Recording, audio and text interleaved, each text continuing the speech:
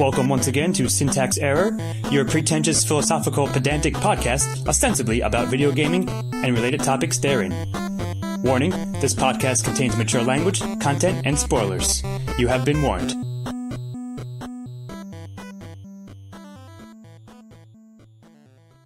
Welcome back to Syntax Error. I remain, as ever, Scott Thurlow, joined today by Stephen Amosi. Hello. Chris Morgan. Good evening. And the ever-present Janie Manzer. Hello.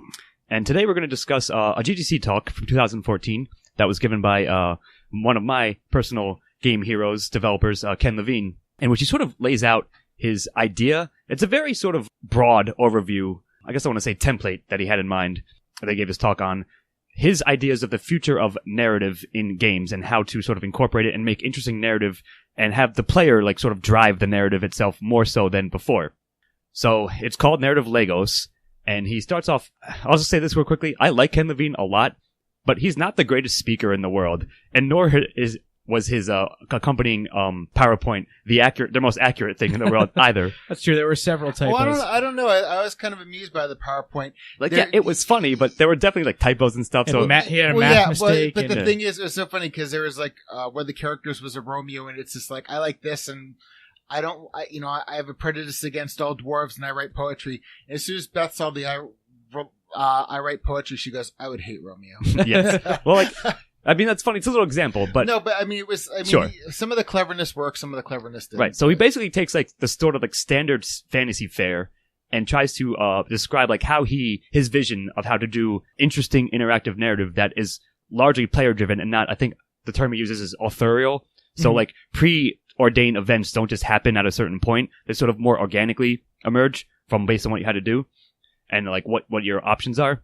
So his Narrative Legos idea is essentially that his example is, let's say there's 4 villages, orc, dwarf, goblin, and elf, I think it was, right? Yeah, elf. Right.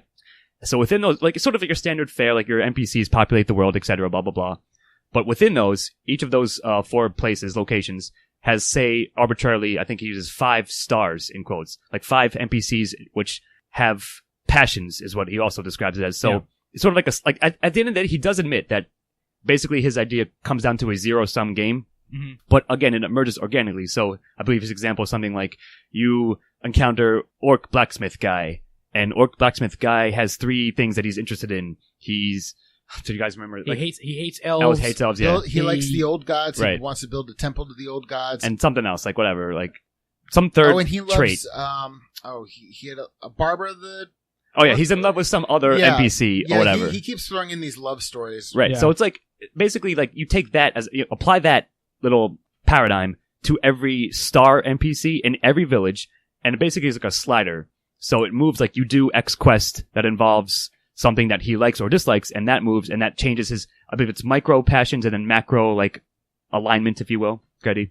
If I may, I think the best way to describe it is, if you've ever played a game with reputation system, Yes. it's a more advanced. It's kind of reputation Vegas-y, New Vegas-ish. It's very much that, except for it's a zero-sum game, which I think is one of the most interesting parts of this, is the fact that you can't please everybody like in a lot of games that you kind of can until the very end. I think that the closest thing I know of that came to this is New Vegas, which really was, you had to make a choice between pleasing this group or pleasing this group. Here it's saying that, instead of having a general group to please, there are individual minor characters in there that will also have their own, and they'll add to the macro level of that faction. And but it's almost artificial intelligence. It's not quite approaching the idea of... Yeah, and he admits that himself as well. Well, I think that's kind of the point, is that he was not interested in creating artificial intelligence. What he wants to do is create a more advanced narrative structure. So I think one of his points, which we'll get to later, and I will just go over this very briefly, is that like every character has like a pool of 10 passions. Possible, Which is another interests. interesting thing that came out of this talk, that, the passions and the zero-sum game are 2 big things. But Sure. And then it goes from there. No, you're definitely right. And I believe he also says it, because I'm not trying to create people, I'm trying to create characters. Right. Which I think is a very subtle but important point in terms of game design. What Steve was about the 10 possible things he was talking about in terms of replayability. Yes, which I think is a big thing we'll talk about. Yeah, and other things, unlocking passions versus dialogue, through dialogue trees. And another thing I'm going to say is, it wasn't the most exciting PowerPoint presentation. He did have a couple clever things, but visually it worked out a lot. Yeah, I mean, it was helpful, like the charts and stuff, like that sort of like not even, like a very complicated Venn diagram, essentially. Yeah, because where they overlap, etc. I like it because he started off with like the 3 passions, and he's like through dialogue. Oh, you find out this, and it's like a 4th passion. Yeah, so like that was. Let's get to that. That was interesting. So again, his basic plan was something like each of these, featured NPCs has three possible passions in quotes that they can draw from that maybe are randomized or maybe change depending on replays and so forth. However, depending on certain things, you can unlock a hidden passion. Like, so let's say the example from before, the orc blacksmith guy tells you that he is in love with whoever, like likes other orc. Or it could be that you only get that piece of information by doing enough, things that he, like building up his passion bar enough that then he reveals that information to you. Or also I thought was pretty cool that maybe you hear about that through some other, like, piece of dialogue gossip elsewhere. Yeah, gossip, Yeah, which is really cool. But yeah, so it's all very interesting, and like I said, he admits himself, he's like, this is just something I've been thinking about as an idea. So this is back in 2014, as I said. But he also was like, yeah, I hang out with other developers, and we've been trying to think about how to drive forward, like, the new era of narrative, essentially. How to, like, take maybe, like, as you were saying, the New Vegas kind of karma, or not even reputation system, and make it more organic, and make it more player-driven, I think, is like, he emphasized that aspect for sure. Absolutely. Well, to bring this away from the future of narrative and bringing it back to the past for a second, to reference another series of ours, Neophytes in Narratology, where we're doing SC, there Bart is talking about how oftentimes narrative, or at least characters within a narrative, are forced to have a destiny in order for a narrative to work. So this is the attempt that I think you can... He's not really... Levine is not really arguing for something completely new. He's attempting to use the framework that already exists, apply it to games, develop a more. It feels more organic, but it's not. It's still applying the same rules. Still of a numbers game, structure. essentially, as he said. Yeah, right, but that's absolutely true. If done well, like as it unfolds, it seems as if you're like truly influencing the world and building up, relationships, whether positive or negative, in relation to each character. The greatest thing I found from this talk is that I start all of a sudden subdividing my games because the cream always rises to the top, and he talks about where you have a straight narrative, a linear narrative. And then you have things like, Red Dead, which have the illusion of a sandbox, but it is a linear. Sure. And then you get things like, BioWare games that have a narrative, but they're more prone to whatever choices you make, and versus like a complete sandbox by Bethesda, which, like me, most of the time you get so caught up doing everything else that you even forget what the main story is. Forget the main narrative arc. At large. Sean! Yeah. Who? Yeah. Who the fuck is Sean? I forgot about it. One thing I'm going to say, cause I do always plug BioWare, and the only ones I really played were the Mass Effect so far. But I was going to say, in terms of making choices, my friend Steph wanted to play Mass Effect 3, and she ended up getting everybody killed. People that I didn't know could get killed got killed. And we're like, Beth and I are like, what decisions did you make? She's like, I don't know. And I just thought it was really funny because nobody I know who's played that basically killed everybody. So I'm just going to say, whatever, I didn't play Dragon Age or anything, but whatever BioWare is doing, like, keep doing it, because that's pretty... It's somewhat in line with what he was saying. I think that's I think that those types of games are probably as close as we've gotten to, I would agree to that, to this idea. But I think that what Levine is really trying to put forward here is a game. I think he's really looking forward to the end game of this, where it's not 5 endings. It's, a difficult to tell how many possible endings there are. And there are games like in Fallout where you go at the end and like see what everybody did, that type of thing. Sure. I view it as more of that type of thing, where like you just see everyone's individual ending, and they have maybe 5 endings for each character. Right. So like, you have 30, 40 characters, and you have 5 endings for each character, and you go through like all those, the possibilities, like, certain people will be dead, certain people will still be alive, and you get to see their endings at the end of the game. And that's kind of, I think what he really wants is an end game that you're not certain of. So that increases the replayability of this type of game. Yep, and he definitely emphasized that. And he said, I think he also used, if I can paraphrase it, something like, it's not X of Y endings, X to the Y possibilities.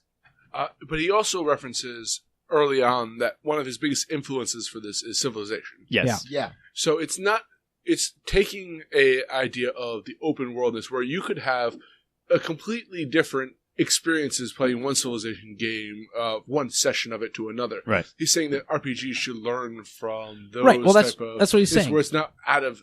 it's basically that this character could go on a much more realistic paths where you're not certain where they will go. Not to the point of 1 of 5, but just that because you're simulating a natural existence in this realm. Yeah, exactly. It could end very differently. This character could marry this character. This character could die.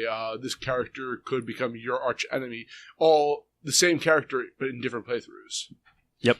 That's exactly what the Bethesda games need, is where because you have the side quests and you have the main quests, but or any open-ish world. Well, yeah, but I mean, especially something like Fallout, where you've got like Fallout 4. There's so many. You've got the Children of the Atom, and you've got the Synths, and you've got the Brotherhood of Steel. Well, that's only in Far Harbor, but I see what I'm saying is, no matter what you do, I mean, that's basically contingent on one storyline. And what Levine's saying is he's like almost near infinite possibilities, where everything you do, side quest, main quest, counts, and anything you do could change the ending. And I think that's one of the things that the sandbox is more than anything else. And I agree with them. I hope they really get there, because to me, something like the Bethesda game, that's what they really need. Speaking of Bethesda games, I'm going to be the prophet, the child of Adam from Fallout 3, and give the dire warnings of where this could go. All right, go ahead. Hit me. Fable is the prime example of overreaching, over-ambitious, what you want to do, and that's a good coming point. out with a mediocre... You can respond to it in a second. I just want to say that Radio Quest in Bethesda, which in a sense create an open world where they keep refreshing dungeons and refreshing quest lines, but that makes it to the point where it never ends, where you're just you're actually go back to simulating life here by constantly treading the same ground over and over again, never accomplishing your goals. Or you say that, I want an open world that seems a real life. Yeah, but then you're stuck in Sanctuary, making these people happy, building buildings for them, and just that's it. Wasting your time. Sure. There's a point when the narrative becomes too loose, and there's, I mean, Scott, I know you had a discussion where we missed the days of where a good narrative story drug you along, and you're telling someone. When I teach programming, I reference to people that program for the stupidest person you know, because if you don't, people will break your work. Sure. So if you start trying but it's valid. Allow people to have as much agency as possible in games, you're running the risk of becoming unfocused or having people break things. And I'm an old school novel reader. I like a good linear narrative. I think it's crazy to tell people in any means, if you start trying something new, that Levine mentions in this talk that you should not be afraid to try something and fail at it, because then you just won't do anything. That's what he's saying. Like, nobody saw physics in video games when at the start of video games, 15 years ago, and was like, nah, I don't think so. We shouldn't do that. It was exciting. It was something new. And the fact that it worked out was a function of the fact that people kept trying to do it until they got it right, until they started getting it more right, and things like that. I think that, yes, this idea may fail, but I think that there's something to be said for it. I don't think that it's going to go away. I think that people are going to want to try to make a game that has a more player-centric way of telling a story more and more. And that's not to say that the narrative-type games that drag you along are going to go away, because I don't think they have. Yeah, you see a lot of other types of games, but you still see games that are very on rails that drag you along through the game. Speaking of Bethesda, since we're kind of on this, as opposed to getting back to replayability, the one thing I noticed about Fallout 4, we were talking about the redundancies of quests. Well, the thing is, you go to Sanctuary Hills and you've got, what's his name? Hey, I'll mark it on your map. Yeah. Hey, I'm marking on your map. This person Preston needs Garvey. it. Or with Preston. Yeah. Thanks, Preston. And like while I'm in Far Harbor, I keep seeing like this settlement's under attack. This settlement's under attack. I mean, it's towards the end of the game. I was like, "Fuck that settlement." Well, yeah, exactly. Sure, but that's what I'm going to say. That's the kind of thing is I'm ignoring these things because fuck it, because they really don't matter anyway. And what I think, especially with the Fallout series, is I think Bethesda really needs to, for the next game, go 100 years from where this is now to a different society and kind of reboot it, because I feel like they're stuck in a rut. I feel like I don't want to cut you off, Chris, but I feel like this is getting away from kind of the point of this. We'll discuss the feelings of Bethesda. No. I'm not talking. Later, but I'm going to circle back to replayability, and why it's successful is because if you play something like BioShock, which is very linear. I mean, I want to go back and play Infinite because the story is so good. But what they did with Infinite is they created a BioShock game, because he was saying that like they threw things that were, that weren't BioShock out. It's a different setting, but you make things, and it's not just the, you get to, spoilers, Rapture at the end. It's the fact that you're in a world of BioShock. There are BioShock things, but you're in a different setting. You're telling a different story. You're not playing the same BioShock game. Whereas I feel like in stuff like, and I'm attacking Bethesda, and I do like Bethesda games. I buy your shit. Is I feel like, it's just the same story in different locations. Well, that's kind of what he's saying. Like, he's like, yes, that template sort of exists. And actually, I think Ken outright uses Skyrim. He's like, let's just use Skyrim as an example of this kind of stuff. So what I got out of it is that, yes, it's sort of like you want a marriage of those things. Like, as Ian was saying, old school, like, there is only one narrative to follow, and BioShock is definitely that. But as he himself points out, like, Would You Kindly only works once. Right, exactly. And he's trying to, like, look to the, like, permutations of that where you can have the same world ostensibly, but a different story each time. Yeah. I think a big idea is that he doesn't want to have to write a new story every time. He wants to make a story that emerges from it. By the way, maybe. And this is one of the negatives that I wrote down about this, is going to take I know a you're gonna say. shitload of writing to realize. But he wants to make a world that you can go and have a different story every single time. You can do an alpha of it, and that's something that you mentioned too. Like, you can put this out to people and say, "What do you think of this?" Like with a game like BioShock, you can't do that because as soon as you give away one of the plot points, you've given away part of the story. Sure. No, that's a good point, and you're right. He does raise that, and like it's something that you have to consider that when you're trying to again evolve from the linear rails sort of narratives in games. Right. And you're right, I think one other thing I like that he mentioned as well, that in theory, there's no, you don't need an overarching, in quotes, main plot. It just emerges from just by what you're doing. But according to him, granted, this wasn't a proposal for a game, but in his example, the end goal is you're either working for the good dragon or the bad dragon. Yeah, well, he introduces that as a sort of concept, but in a sense, if you want to take it as a meta thing, it's allowing for infinite paths to one of two goals in the end. And granted, that's not necessarily the case. Right. That's what I want to say, yeah. It is the natural... for there to be narrative closure to a game, unless you want to create The Sims or Minecraft or something like that, you need to have some semblance of closure, of a setup in the beginning and an ending at the end. And I think in the most modern examples like The Witcher, with that you have maybe... 3 or 4 different endings variations, you can have. Sure, but it still needs to be. It's one of a certain set. You can't have X to the Y endings for there to be an appropriate narrative structure. At least in my opinion. Yeah. Well, I don't agree with that. I think that you can do that. What you have to do is write a good ending for all these characters and all of their final states. But ultimately, Fred the dwarf does not matter in your life. That's not true. You have to make all of these stars. It's sort of like coming upon this random settlement you would find in the wilderness. That's the town.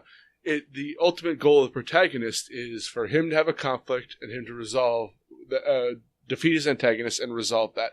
Granted, you can meet all the interesting characters along the way and have multiple endings for them, but there's still that overarching plot, which is why it in his example, went down to one A versus B ending. Right, but that's the idea. The idea is that you can read all you want about this story in when you going into it, but until you play the game, you don't know who your antagonist is. You don't know who your friends are. And where they are at the end of the game is a function of what you do throughout the game, as opposed to the story that the author wanted to tell. It's the story that you want to be told based on all of the information that the author has put out. Yeah, sure. It's not that there's no author, it's that the author is allowing you, it's kind of a choose your own adventure book in game form. Yeah, kind of. Those have a limited number of endings. Kind of.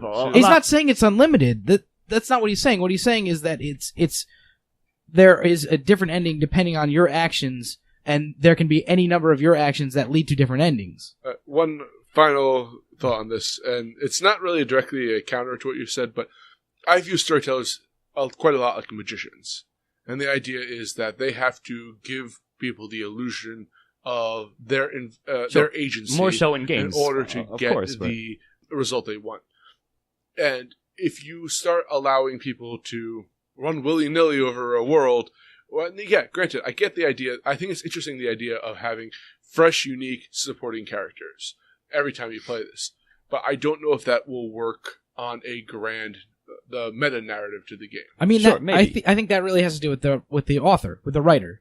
I don't think it has anything to do with the style of the game. I'm sorry, Scott. Go ahead. No, I mean, you guys, you both make valid points to an extent. Of course, I'm going to try to play Solomon and, split it down the middle in a sense. Yes, at the end of the day, there's probably there just has to be, by the nature of existence, there's going to be an only certain amount of things you can do. However, to what you a bit what you're saying, Steve-O, you don't know, you can choose your friends and enemies, variously throughout. However, there was one, I like you can get mired into the fact that somebody, I think it was a question at the end of the talk that somebody asked him, or he addressed it briefly, where because it's a zero-sum game, so you piss someone off and then you please someone else and the slider moves.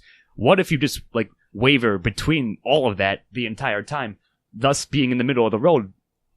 Well, the easiest way to fix that, and this is what I thought of immediately when that question was asked, was that certain events don't happen until one of those meters moves a certain way. Sure, but then you can't advance the plot until one of those meters moves past a certain point. You're right. That's how you would do it. But that goes to Ian's point, where something has to happen narratively in order to move it forward. Of course, but the entire point is that you choose what it is. You're right. Sure. There's a very famous, I forget what game it is, but it's a famous activity where a king gives you a quest. I think it was an NES game, and you can say no, and game ends right there.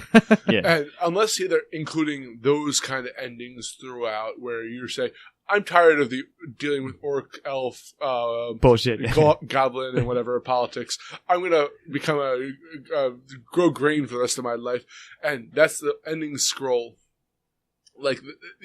Can you account for every single? But unless you account for everything, that limits the scope of the amount of endings, thus controls the narrative. But he's not saying that. He doesn't want to do that. He's doing characters and not people, and that was a big point of his talk. Sure, and we said that. He says of course there's a limited number of things that you can do, but you're not, you can't do everything. You can't just walk away, because that wouldn't be a game. But you can make these choices within game. And I'm sorry, Chris, you've been waiting, so go ahead. That's okay. And I hate to keep plugging BioWare, but I think they're the closest on this, because what BioWare has is, from what I've seen from Beth playing Dragon Age and from hearing Steph and Beth and Scott talk about it, is that with BioWare, and I know from playing Mass Effect game, you can have up to 10 or 12 supporting characters that stay with you for most of the game. And that's not including the minor characters that you meet on the Citadel or different locations.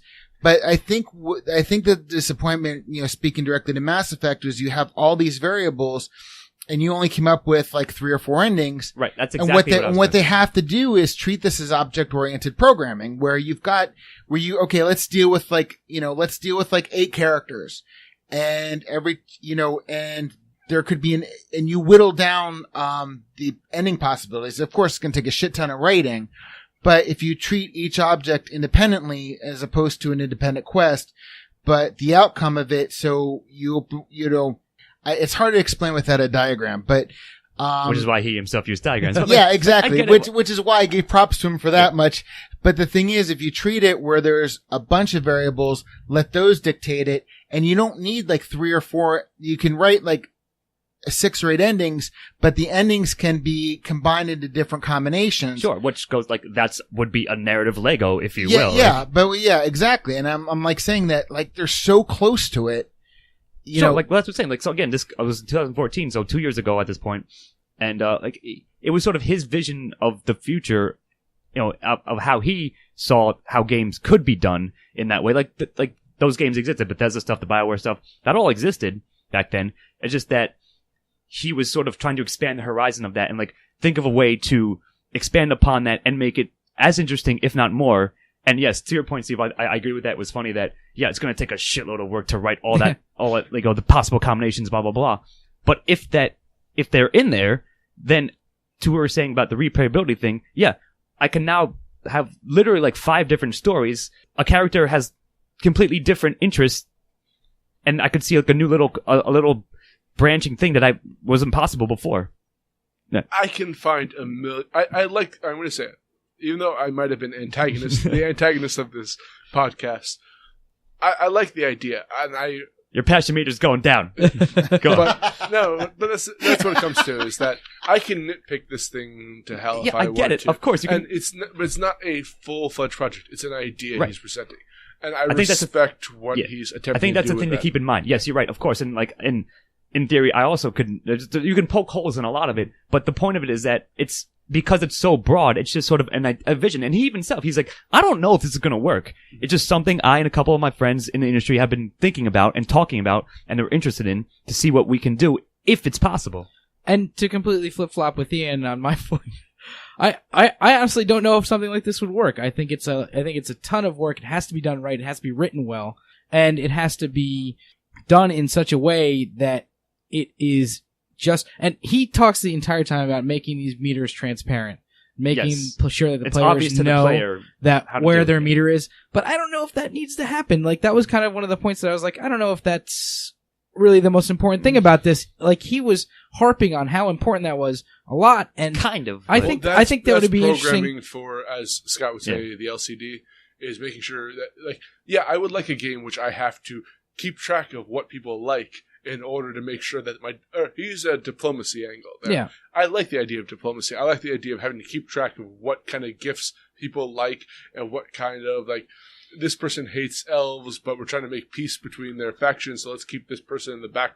Let's send this person off on a quest. Like, maybe you have an in-game diary, so it's slightly transparent, but you're like, your in-game diary says, oh, this person liked this, journal, this person enjoyed this, like, and you can go back and look at it, but it's not like right in your face every time you talk to that person. I guess you're saying it's not literally a meter, perhaps, but right. But what he is saying is that it has to be this meter. It has to be right up front and like show the player exactly where they're at with this character. And I don't know if that necessarily needs to be that. See, that's the one problem with Bethesda, and I think that's where BioWare gets it right, because Bethesda, they center it around a personal story, and everything else is kind of like how you're going to create the world within this personal story. And the BioWare, from what I can tell from both of them, you're dealing with a much larger consequence of your actions. Mm-hmm. But if they started simple, like where they start with like you, and you're dealing with 4 different characters, and those 4 different characters influence, and each one of them has part of an ending, then basically you have like maybe 4 characters, but you have an option of 16 different endings. You don't have to have a shit ton of rating, but start simple. Even with 3 characters and have like the option for 9 different endings. It's kind of like, I don't know, I'm trying to think of like Scrabble or something like that, where you can have, No, it's like Legos. Well, all right, Legos, but I'm just trying to, it's hard to without a diagram. But you've got X amount of letters and you can form only like 16 different words. Yeah, and I think that is a really good place to start. You don't have to do a shit ton of rating. And I don't think and I think with all that they're doing with side quests and so forth, and a lot of these games, as Scott and I have discussed, and I think we've all discussed it, a lot of times the side quests are much more interesting than the main quests. They often can be. See Dying Light for that. So I have one last thing to say. So this is going to be my final. I don't know if you guys. We're going to talk for another 20 minutes, so you just sit in silence over there. Go ahead. Is that I think his use of Legos as the toy is actually shows the brilliance and the drawbacks of his method. Because with Legos, you can build a lot of stuff. But there are only so many ways to do it. There's a finite amount of things you can actually build with He should have said Tinker Toys. Maybe. But that's kind of the point. Exactly. That's what I was going to say. That was exactly his point. He's not trying to make an infinite amount of possibilities. In fact, he says that in the beginning, where he's not trying to make people, he's trying to make characters. And from characters, you can make an amount of endings based on their personality traits that are important. I don't think though. Yes, I understand that point, and if he kind of stuck with that point, I think he kind of I can definitely tell he's very ambitious of this project, and he's put a lot of thought in this project. And I know he's trying to, in a sense, restrain himself on this project. Sure, yeah. But sometimes that ambition leaks through, that imaginative drive leaks through, and he starts talking about, we're not shooting for 64 endings. We're shooting to exponential endings here. We're shooting for new experiences every time you play. So he doesn't want to he wants BioShock, but he doesn't want BioShock Infinite. But he's leaning towards the Infinite. No, see, I mean, that's a funny point. Like, I get it. Yeah, like, that did somewhat show through. But I guess what I would say about it is that, yes, perhaps it could be in danger of overreaching itself, in theory. But because, again, it's just a broad overview, like, here is an outline of something that maybe is possible, that it is applicable to this medium in storytelling terms and mechanical terms as well. That, yeah, we sort of like have, like as Chris was saying, we sort of have things like it, but again, just not to the degree. And you're right, like, he is a visionary, I would say. Absolutely. Yes. And he's definitely, like, he's trying to put forth, and he even says, like, steal anything you want from this talk, like, whatever, like, just think about it. In fact, he said to do a riff track. Yes. Which we should do. Which possibly we will. But Sure, we should. That's true. He did outright say that. But all I'm saying, like, I appreciate that fact that he's trying to become the Orson Welles of games, kind of. Or, like, not necessarily that, but you know what I mean. Well, I mean, the two criticisms I'm going to have is, number one, and Ian said this, he's too ambitious. I think they should take these things and apply them to a smaller scale. Like I said, make 3 or 4 characters, Sure. Give you between 9 and 16 endings. But the other thing is, the other thing that was frustrating is a lot of times I think he got caught up in the examples from somebody who does that himself. No, but seriously, Can you give me an example of it? No. Go on. But I mean, the PowerPoint presentation was really great, but a lot of times he did kind of get caught up in the examples where I felt like we got to the end of it and I feel like I felt like he had more to say on the subject, but I think he like ran out of time or just, didn't kind of complete a thought because he himself hasn't completed the thought That's on what this. I would be saying. Well, that's what I was going to say in response to that was perhaps he didn't have more to say. I think that he had been thinking about this not for a while. At that point. Right. And he was still very much in the process of thinking about it. It sounded like, I think it was in the Q&A section, where he was talking about, now we're going to go and like hash this out on, pencil and paper, tabletop RPG style before we ever do anything with a computer. Yeah, sure. And yes, he admits that, like, you can't just jump into this. It's a very, as you said, ambitious idea. You can't just start making a game based on that. You have to see how it works, how it plays out on smaller scales, and then, as we said and as he said, like maybe have an alpha of it that has like the bare bones in place, but not every like possibility, every permutation ever, but enough of them that you can sort of get a feel for it, test run it essentially, see if it works, and if something doesn't, then maybe that's a sign that perhaps you're going down the wrong road or you have to tweak something about it.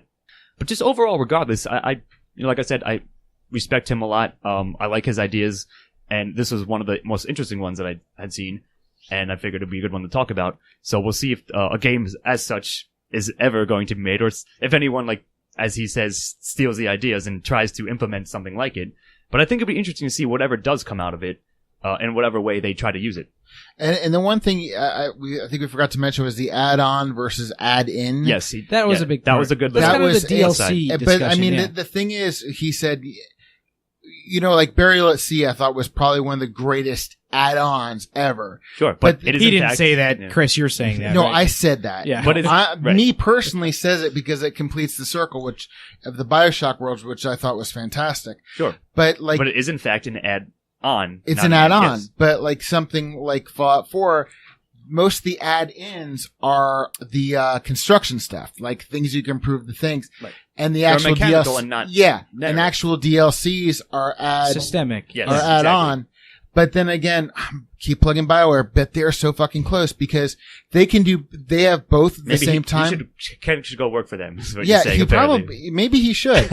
Because there are certain things that Beth was telling me this morning that he's doing all right. Certain characters, certain storylines that actually did affect the overall things. And she's just like, oh yeah, that started off as a DLC.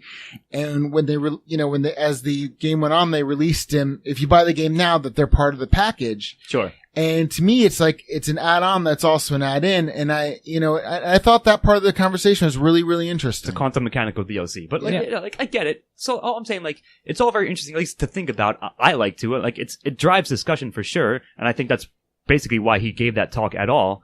To be like, hey, everyone in the industry, think about this. Think about how we can take our medium and our work to the next level, or a different level at least. Here's an idea I had. You do the work for me. Yeah, it's just really funny. Like, he's not necessarily saying that, but it's a funny paraphrase for sure. The cool thing is he wants to see it happen. So if he's putting these ideas out there, and I watched this twice this morning, and I still find it, which I've listened to about 3 or 4 times. And, I find it really, really interesting. And I think these ideas are great to talk about. And I really do think he wants to see it, whether he does it or whether somebody else does it. Whether he does the work or not. Sure. But to put the idea out there so yes. it'll germinate and. For sure. That's what I was going to say. I think it'll be interesting to see if he does something with this. I think, Scott, you were telling me right now he's working on some kind of weird Twilight Zone-like project. The last news, interactive Twilight Zone-like project. The last news that I heard out of his camp is that he was doing a series, like, it's almost like the stuff from Alan Wake, if anybody remembers that, like, the tie-in stuff, where it's like interactive TV somehow. I don't even know what that fucking means, but that's what he said, and it's like Twilight Zone inspired. It's David Cage. Yeah, in that vein. Movie. Yes, but hopefully, good. Like, I don't want to get into David Cage like bashing discussion here, but to answer your question, Sivo, yes, Ken Levine said he was working on with his team something like that, which sounds interesting as hell. There's it's vague as hell as well, so I don't really know what that means per se, but it sounds interesting at least in theory. It doesn't necessarily sound tied into narrative Lego at all, but sure. I guess we'll see. But maybe it's like an early precursor, like a first iteration. Maybe he's trying out some ideas that he had from this talk in whatever he's going to do with this. So it certainly is going to be interesting to see if it's related at all, and if it is, in what way, to what degree. But that's what he's doing. Yeah, and I am interested to see if something comes out of this. That's the big takeaway that I got. Yeah, I hope Lego's focused on narrative come out of this. Maybe we'll see a narrative Lego game as the next Lego game in the narrative. series. Narrative Legos, the Lego game. Yeah, you build your own narrative somehow. That'd be funny. But no, like I said, it's a good talk. If you haven't seen it, definitely check it out. And I think it definitely drives discussion. It's interesting to think about, especially in this medium that I love so much, and I'm interested in seeing new ideas, like see it evolve and see where it can take it. Mm-hmm. So I think that's about it. Anybody have any final thoughts and so forth? No. Yeah, I just wanted to complete that one thought that I was saying before. And I think I just formulate it now. If you take an add-on like Burial at Sea, it completes a circle. So I actually find that integral to the story. So I consider that narratively more of an even though it's an add-on, more of an add-in. And something like Far Harbor is strictly an add-on and not so much of an add-in. Well, let's be clear what he's talking about when he says add-on or add-in. It's not about completing a narrative or anything like that. What he means by add-in is that you can go back to the beginning of the game and it will change the beginning of the game for you in a way that affects the end of the game. So when he says add in, he means that you could start like with Civilization, or a big one that I played was StarCraft. So like when they came out with the StarCraft expansion packs, you got new units that you could use anytime you started a new game. That's what he means by add in. It's not good. It's not necessarily that he's adding part. It's a good distinction there. All right, good point. But I just also wanted to describe like the different versions of the add-on, sure, where something is really consequential and one actually is consequential. Right. Yes. Well, you completed your narrative Lego thoughts, so well done. And I think that'll do it for now. All right. Yeah. Well, I, of course, am Scott Thurlow. I've built myself upon my own narrative Legos. And I've been here with Stephen Amosi. Have a good night. Chris Morgan. Good night. And Jay Ian Manzin.